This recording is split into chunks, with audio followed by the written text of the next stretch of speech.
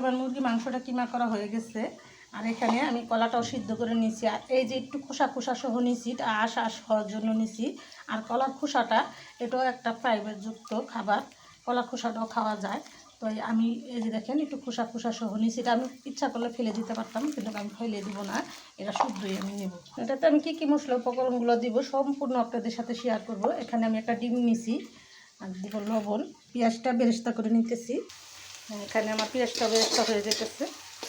আমি যাই করি আপনাদের সাথে শেয়ার করি। আমার ফুল ভিডিওটা আপনারা না টেনে দেখবেন আর এরকম করে রান্না করে খাবেন। আমি পেঁয়াজটা বেরেস্তা করে আপনারা রান্না করতেছি, আপনাদের সাথেও শেয়ার করতেছি, আপনারা দেখতে থাকুন।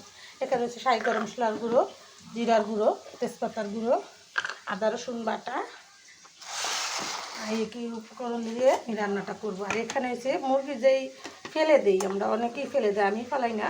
এটা হইলো মুরগির গলা, এটা আমি এটার সাথে দিয়ে দিব। মাংসটা তো আমি ব্লেন্ডার করে নিছি, কিন্তু এটা আমি ব্লেন্ডার করে নিই, এটা ব্লেন্ডার করা যাবেও না। এটা এক পিস করে এটার সাথে আমি দিয়ে নিব। এটা দেখতে থাকুন। কিছুটা লবণ দিয়ে দিব, আর দিয়ে দিব মুরগির মাংসটা, আর দিয়ে দিব একটা ডিম। আপনারা একটা ডিম দিয়ে আগে মেখে নেবেন, যদি বেশি দেন তাহলে পাতলা হয়ে যেতে পারে। তো একটা দিয়ে আমি মেখে নিলাম। আমার মাখা হয়ে গেছে, আমি এখন এই গলাটা দিয়ে দিব। দেখেন কতটা হয়ে গেছে। তো আমি এখন রান্নায় চলে যাই। চলুন রান্না কী করে রান্নাটা করি। তোমার পেঁয়াজ বেরেস্তাটা হয়ে গেছে, আমি নামিয়ে নিব।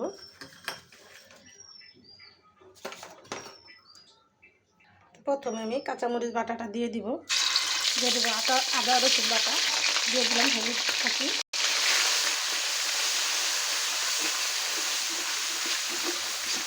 দিয়ে দিব, 1/2 চামচ মরিচের ফাঁকি।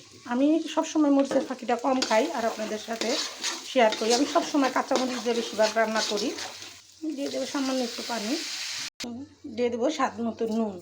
আর রান্নায় সবসময় নুন না হলে কিন্তু তরকারির কোনো গুণই থাকে না, কোনো স্বাদ থাকে না। আর আমি কী কী মশলা উপকরণ দিয়ে কীভাবে রান্না করলাম আপনাদের সাথে ফুল ভিডিওটা শেয়ার করলাম। এখানে আমি কিছুটা জিরার ফাঁকি দিয়ে দিলাম, আর কিছুটা পেঁয়াজ বেরেস্তা দিয়ে দেব। রান্নার সময় সবসময় আপনাদেরকে সতর্কবাণী দিয়ে থাকি, সবসময় বলি চুলার আঁচ কমিয়ে রান্না করবেন, দুর্ঘটনা এড়িয়ে চলবেন, বেঁচে যাবে হাজার হাজার জীবন, বেঁচে যাবে লাখ লাখ টাকা। আমার এই সতর্কবাণী মেনে চলেন, চুলা থেকে একটু দূরে সরে রান্না করবেন। তাই আমি মশলা উপকরণগুলো কী কী দিলাম আপনাদের সাথে ফুল ভিডিওটা শেয়ার করলাম।